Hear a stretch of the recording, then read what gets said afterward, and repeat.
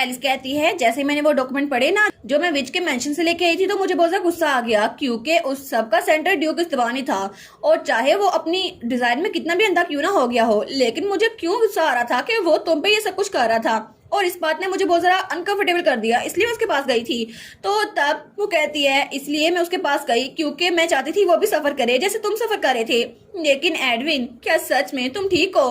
तो एडविन कहता है इस्तबान फैमिली, मेरी फैमिली एक ऐसी फैमिली है जो एब्सोल्यूट स्ट्रेंथ को वर्शिप करती है, और मेरा फादर वो भी यही चाहता था। लेकिन कॉन्स्टेंटली मैं पैदा हो गया जिसके पास रेयर पावर थी, और जो कि बहुत ज्यादा जनरेशन के बाद आती है, और मेरे पास ही वो पावर थी।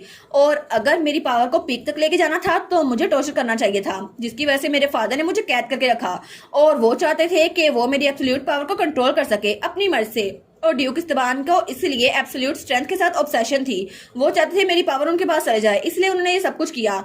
तो वो सोचती है सच में ये इतनी देर तक उस टावर में रहा इसलिए इसको इतनी इमोशंस फील नहीं होती। तो वो कहती है ये तो तुम्हारी स्टोरी है ना, लेकिन तुम इतने काम होकर कैसे सुना सकते हो? वो कहता है एलिस, मुझे लगता है तुम्हें कोई गलत फहमी हुई है। मेरा चाइल्डहुड बिल्कुल भी बुरा नहीं था, वो बहुत ज्यादा प्रीशियस था क्योंकि तुम मेरे पास थी और तुम मुझे मिली थी। तो एलिस कहती है क्या मैं?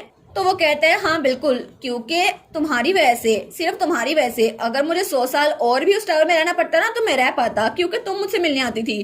तो वो कहती है लेकिन बचपन में तुम्हारे पास कोई भी नहीं था जिसपे तुम भरोसा कर सको, और मैं तो बस तुम्हें मिली थी जब तुम 8 साल के थे। और वो सोचती है किसी और फ्यूचर में मिकाइल ने तुम्हारी जान बचाई थी और तुम उसके साथ ऑब्सेस हो गए थे, लेकिन अगर कोई भी तुम्हारी जान बचाता तुम उसके साथ ऑब्सेस हो जाते। तो एलिस कहती है लेकिन एडविन, क्या पता दुनिया में कोई और भी हो जिसको तुम पसंद करते हो, तो तुम्हें दुनिया घूमनी चाहिए। क्या पता तुम मुझे पसंद ना करते हो, किसी और को पसंद करते हो। तो एडविन कहता है नहीं, कोई भी ऐसा नहीं था जिसको मैं पसंद करूँ, क्योंकि तुम अपनी उस वीक बॉडी से हर रोज क्लाइम करके आती थी वो टावर ताकि मेरे साथ वक्त गुजार सको, और तुम मुझे फेरी टेल सिखाती थी, और तुमने मेरे जख्मों को साफ किया था और मेरे लिए खाना लेके आती थी, और तुम्हारी वजह से मैं स्माइल कर पाया था, क्योंकि एलिस मेरे लिए तुम ही थी जो सबसे ज्यादा खास थी। इसलिए एलिस, मैं तुम्हें पसंद करता हूँ, मैं सिर्फ और सिर्फ तुम्हें पसंद करता हूँ।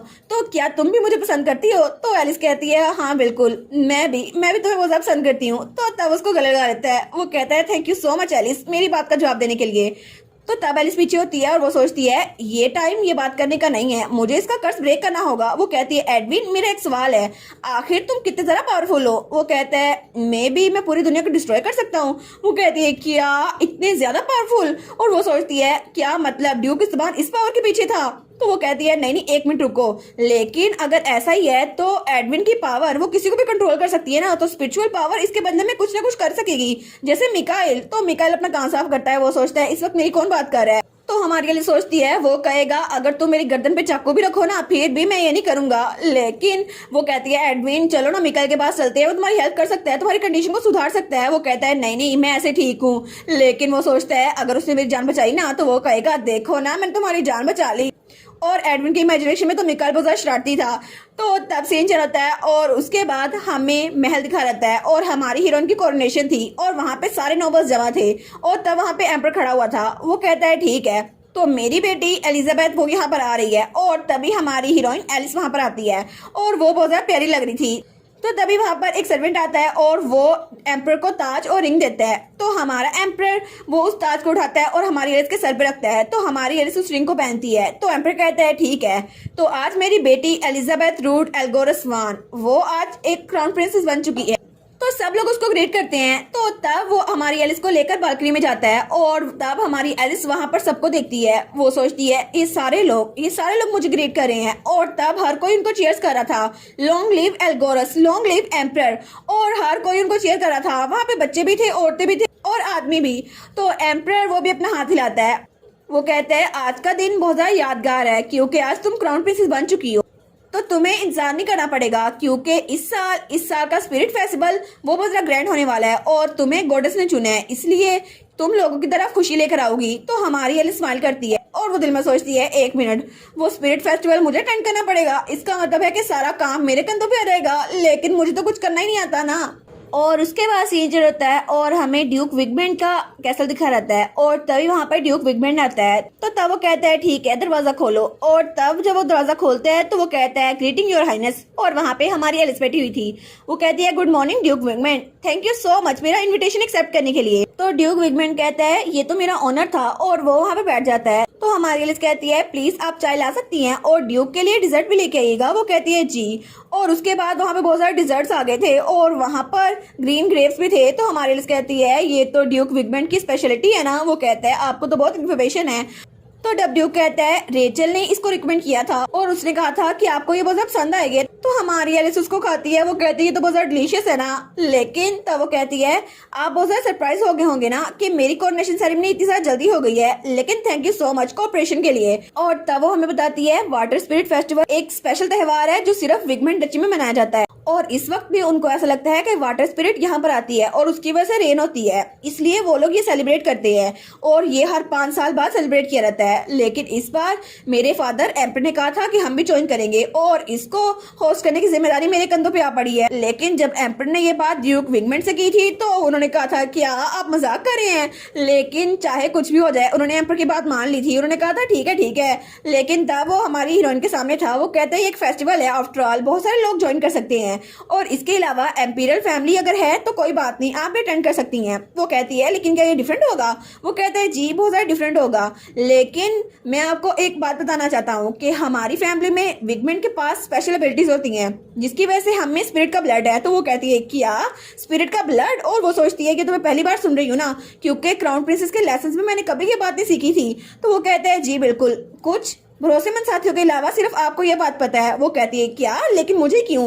वो कहता है जब मैंने आपको पार्टी में देखा था तो मैं पहचान गया था कि आपके इर्द गिर्द स्पेशल एबिलिटीज की पावर है जिसकी वजह से आपसे अच्छी एनर्जी आ रही है, और उसी टाइम पर मुझे पता चल गया था कि आप गॉडेस की प्रोटेक्शन के अंडर हैं, और इसीलिए शायद इसीलिए रेचल आपके साथ इतना क्लोज थी, क्योंकि पहली बार मैंने किसी इंसान के इर्द गिर्द इतनी तरह प्रोटेक्शन स्किल देखी है, और शायद रेचल इसीलिए आपकी तरफ इतनी ज्यादा स्ट्रॉन्ग अट्रैक्शन दिखाती है क्योंकि आपका इन्फ्लुएंस उस पर बहुत ज्यादा है। तो हमारी सोचती है अच्छा तो मेरी ब्लेसिंग की वजह से वो ऐसा था, लेकिन वो सोचती है गॉडेस की ब्लेसिंग, अच्छा तो मुझे लगता है ये ऐसा ही है।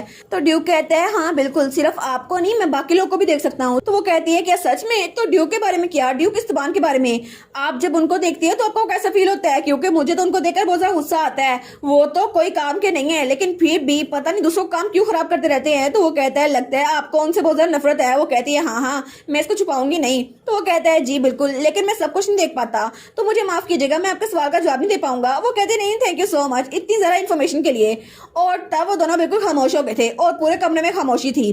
तो तब ड्यूक कहता है ठीक है तो क्या हम लोग काम शुरू करें। वो कहती है जी बिल्कुल हमें शुरू करना चाहिए। और तब वो कहती है ठीक है उन सबको कहो अंदर आ जाए। तो मेड कहती है जी बिल्कुल। और तब उन सब ने बहुत ज्यादा पेपर वर्क संभाल लिया था और वहाँ पे रेचल भी थी, एडविन भी था और ड्यूक के बाकी साथी भी। तो तभी उनकी मीटिंग शुरू हो गई थी और वो लोग उस पूरे फेस्टिवल का बजट अरेंज कर रहे थे और इस साल का प्रोडक्ट वो लोग सबको सिलेक्ट कर रहे थे और ये सारा काम वो लोग मिलकर कर रहे थे। लेकिन तभी ड्यूक वो हमारे एडविन को देखता है जो बहुत ज्यादा मेहनत से काम कर रहा था। तो वो सोचता है एक कैलेमिटी, हाँ मुझे लगा था ये बहुत ज्यादा नुकसान पहुंचाएगा, लेकिन वो कहता है कोई बात नहीं, मुझे फिक्र करने की कोई जरूरत नहीं है क्योंकि रेचल और एलिस इनके साथ ठीक है ना। और एलिस तो बहुत ज्यादा घबराई हुई थी। वो कहती है इतना काम नहीं होता मुझसे। और तब सीन चल होता है और हमें विद स्टेला का घर दिखा रहता है जहाँ पे वो बहुत ज्यादा गुस्से में थी। वो कहती है वो छोटे चूहे उनकी हिम्मत कैसे हुई कि वो लोग यहाँ पर आ गए मेरे घर में और मेरी चीजें चुरा कर ले गए। तो वहाँ पे ड्यूक बैठा था। वो कहता है मुझे लगता है कि तुम्हें इस जगह को संभाल के रखना चाहिए क्योंकि वो लोग यहाँ पे भी आ गए, क्योंकि अगर मैं फंसा ना तो तुम भी फंसोगी, तुम भी जान से जाओगी। वो कहती है मेरा सारा प्लान खराब होने वाला था लेकिन कोई बात नहीं, उस बुक में कुछ भी नहीं था सिवाय क्लाइंट्स की लिस्ट के, तो हमें कोई नुकसान नहीं होने वाला। वो कहते हैं हाँ बिल्कुल, लेकिन एक विच की विजन हर कहीं होनी चाहिए। तो वो कहती है जुबान संभाल के बात करो, वो लोग तुम्हारे पीछे आए थे, अगर तुम यहाँ पर ना आते ना तो उनको इस जगह का पता नहीं चलता। वो कहता है वेल ये सब कुछ इस बार इम्पोर्टेंट नहीं है, तो मुझे ये बताओ क्या तुमने वो सब कुछ सिलेक्ट किया जो मैंने तुम्हें कहा था। वो कहती है हाँ मैंने सिलेक्ट कर लिया और मिकाइल अगर हम लोग उसका इंतजाम भी करने वाले हैं और मुझे लगता है ये टाइम काफी होगा क्योंकि हमने पहले बहुत ज्यादा मिस्टेक्स कर ली हैं, इस बार नहीं होगी। वो कहता है हाँ बिल्कुल इस बार ऐसा कुछ नहीं होगा क्योंकि फाइनली ये टाइम आ गया है कि हम लोग अपने पपेट्स को केयरफुली सिलेक्ट करें और एम्परर वो तो मेरा पपेट बन ही चुका है और उसकी एबिलिटी वो किसी काम की नहीं है क्योंकि अब वो मेरे काबू में है और मैं उसको इस्तेमाल करूंगा क्योंकि अब सारी की सारी पावर मेरे हाथ में होगी, एडविन की पावर भी, एलिस की भी और उस एम्परर की भी। और इसी के साथ ये वाला पार्ट यहीं पर ख़त्म। तो आप लोग बताइएगा आप लोग को ये पार्ट कैसा लगा और वीडियो को लाइक और चैनल को सब्सक्राइब लाजमी कीजिएगा। बाकी वीडियोस का लिंक भी स्क्रीन पर नजर आ रहा होगा, तो काइंडली उनको भी चेकआउट कर ले। और thank you so much for watching my videos. Stay safe, bye bye.